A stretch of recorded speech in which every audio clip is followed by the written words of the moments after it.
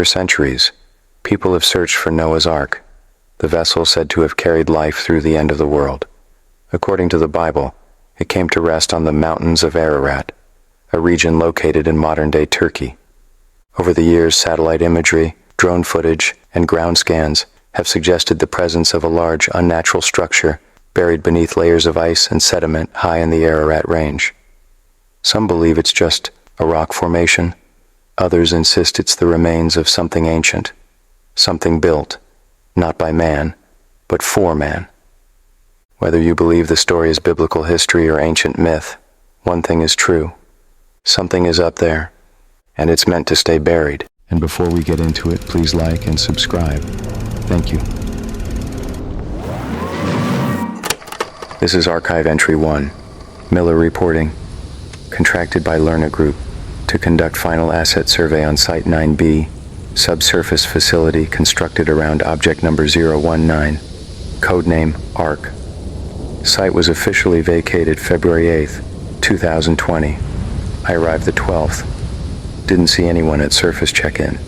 Just laminated paper taped to the tower. Restricted. Health precaution. Do not enter without clearance. Marker ink had run from snow. Elevator still worked. I didn't know underground air could feel used. Like it had passed through lungs before mine. Thick with that old, wet metal smell. Like clothes pulled from a flooded basement. I thought the facility would be gutted. Empty consoles. Tools packed. But someone left a half-eaten protein bar on the mess counter. Still soft when I picked it up. No mold. No one's supposed to have been here for 4 days. I powered up Hall C and checked the logs. Equipment still syncing with the central archive. And the Ark is intact. I'd seen renderings. A vaguely oblong vessel, maybe 10 meters long, 5 across. Chiseled. Weathered. But the images don't show how heavy it looks. Not in mass, just weight. It doesn't reflect light the way it should. It's like the surface is absorbing it. I walked a full perimeter. There's still damage on the far end. Collapsed during dig phase. Debris covers about a third of the hull. They've marked it with radiation tape, but I'm not reading anything dangerous on the scanner. And yet, standing near the fractured side, I could feel my sinuses tighten. Like cabin pressure in an airplane that just started falling.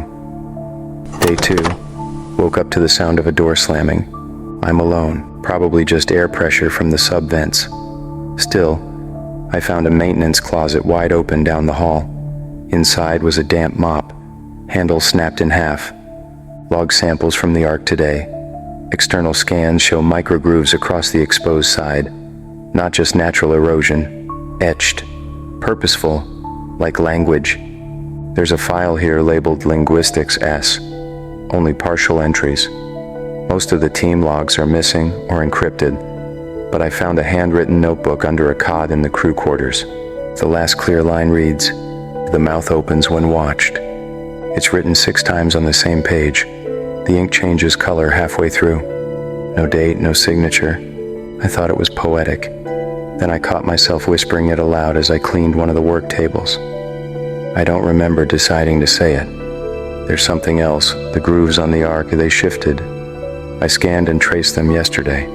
But now the upper left quadrant, what I labeled as symbol 9D, isn't there anymore. I triple-checked. The etching is gone from the surface, but it's still on my notebook. The sketch I made, still right there. No smudge, no tear. It's like the symbol was copied and then erased from the original. That makes no sense. Moving on, day 3. Something's wrong with the vent system. I hear dripping behind the grates, over and over. There's no moisture logged in the air sensors, nothing on thermal. But I keep hearing it, same pattern, every 5 seconds. Drip, drip, drip. Same rhythm like a pulse. I haven't left the lower level all day. I started transcribing the linguist's notes. Most of it's illegible, but one section is underlined. 4 times.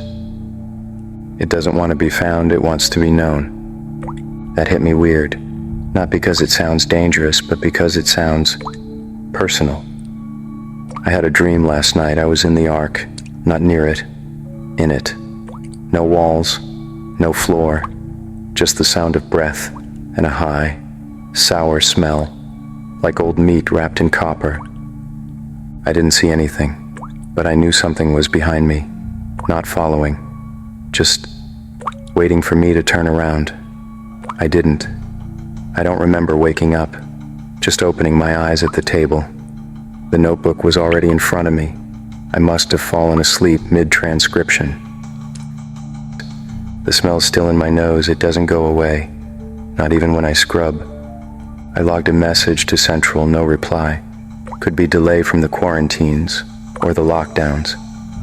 But I'm starting to think no one's listening anymore. Day 4. Power flickered twice during morning cycle. Not a full outage, just a flutter. I heard it before I saw it. The hum dropping, the lights dimming. The arc didn't flicker though. It never flickers, it just keeps glowing. Dim like a backlight behind frost. I tried to report the power fluctuations. Console spat out an error. Connection timed out. No backup generator listed. No offline logs. It's like the system's pretending it doesn't exist.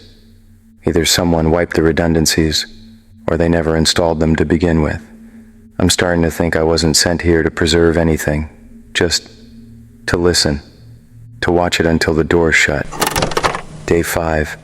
I spent 4 hours today trying to trace the grooves again. New ones appeared. They weren't carved. They were grown. Raised from the surface like welts on skin. They don't follow any linguistic pattern I know. But if I squint, if I step back, it looks like a face, just a hint of one. Wide jaw, hollow cheek, and an eye. I keep hearing sounds from the collapse zone. First it was dripping, then clicking, now shifting. Like something's crawling under the rubble. It stops when I get close, then starts again when I leave. Same rhythm, like breath held, then exhaled. I pulled one of the sealed crew logs. Doctor, Seelan, not the linguist, engineer. She wrote, "It mimics damage, mimics distress, mimics death, so we'll come closer." She underlined closer twice. Day 6. I found a human tooth. Molars don't just fall out, especially not with the root still attached. It was in the vent grate near the sleep quarters. No blood, just a dry molar, like it had been left for me. No crew member is unaccounted for, at least not officially. But I found a different name on one of the terminals. A login that doesn't show in the main manifest, host 1. It's time-stamped yesterday. No one else is supposed to be here. I checked the logs. It pinged the ARC's biometric array. The one they said wasn't functional. I opened the linguist's notebook again. There's something I missed. A phrase near the bottom of a torn page. It learned by being buried. It knows us by being forgotten. She circled that one. She wrote it after her handwriting changed. Same hand, different pressure. Like she was gripping the pen too tightly. Like she didn't want to write it, but had to. The ARC's heat signature changed this evening. It's warm now, all over, like something inside it woke up and stretched. I stood near the collapsed side, couldn't help it. My feet just stopped moving. I could feel it through the boots, vibrating up my calves. A hum that wasn't mechanical. It was organic, like the sound your skull makes underwater. I tried to step back, but I couldn't. Not until it finished. It was saying something. Not in words, but in memory. I remembered the smell of a wet blanket I lost as a child. The way my mother called my name when I broke her watch. A sound from the news report I saw when they closed the airports. I remembered all of it, but I didn't want to. It wasn't nostalgia. It was digestion. It was tasting me. I think this place was never meant to be archived. I think this was a feeding station. Day 7. The lights in the ARC chamber don't turn off anymore. I tried manually shutting them down from the console. Nothing. I even pulled the breaker. Still lit. But it's not light. More like a presence. I stopped sleeping, haven't felt tired in maybe 2 days now. I still blink, still breathe. But time doesn't pass the same way anymore. The halls are too quiet. The kind that makes you afraid to cough, like something's listening just to hear where you are. The linguist's notebook is missing. I woke up. No. I opened my eyes, and it was gone. The cot was undisturbed. No footprints. Just a smear on the glass beside me. It looked like a handprint at first, but no hand has that many fingers. I followed it back to the ark. The grooves are gone now. The surface is smooth, wet-looking. It pulses, once every 5 seconds. I timed it against my heart. It's beating slower than I am. The collapsed zone is breathing. I hear it at night. Not air nor movement. Just breath. Just long, deep, wet breathing. I put my hand on the wall and the metal pulled warmth from my skin like it was tasting me again. But this time, I didn't pull back. I wanted it to know me. I wanted it to remember. I said something today, not in English, not even aloud, but it came out of me, like an exhale. And I felt the ark shift, not physically, internally, like I'd pressed against a bruise. I think I said its name. I didn't know I knew it, but it liked hearing it. I think that's why it let me this close. The mouth is open now, not a metaphor nor a riddle. A mouth. At the far end of the ark, the surface split, not with noise, not with violence, just unfolded, like a scar pulled wide. It's dark inside, but I saw something move, a reflection of myself, not in a mirror, felt like a memory. I saw myself climbing in. I watched myself from the future looking back at me. And we were smiling. Not because it was over, but because it had finally begun. Maybe they're not ignoring me. Maybe they can't respond. Word from above says something's spreading in the cities. Respiratory, but they don't know how. Or maybe they do. Maybe they felt it too. When I said its name, I felt something ripple through the air itself. Not in this room. In every room. In every body. I tried to leave, packed my things, walked to the elevator. But numbers on the wall were in a language I don't speak. Except I do. I know them now. I know the word for harvest. I know the word for betrayer. I know the word for sacrament. And I know that I am all three. I don't think this recording will make it out.